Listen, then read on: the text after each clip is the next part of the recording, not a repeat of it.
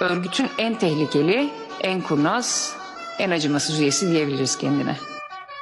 Beşrefan.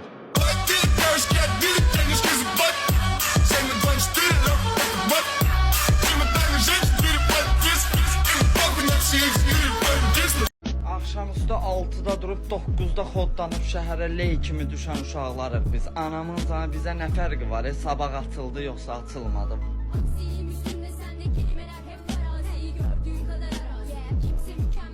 زمین گسوی لیلی جانی از ممتنی لیوانی وک بلبلک برین دارم شبو را سر تدنالم. Deyirəm bəlkə axşam düşək, şəhəri gəzək.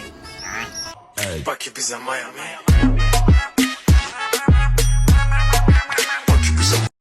Kimin meyli olurdu, kelle ağınla dolu, tutuldu bu yolu. Allah rahmet eylesin, gerek an söylesin. Bu derde dözmür ürek, tasdik edek biz gerek. Sağ kalan oğullarda, şad yaşasın her arda. Azalmasın sayıları, bu dünyada tayları. Koy bele tedbir olsun, priz tut nemir olsun.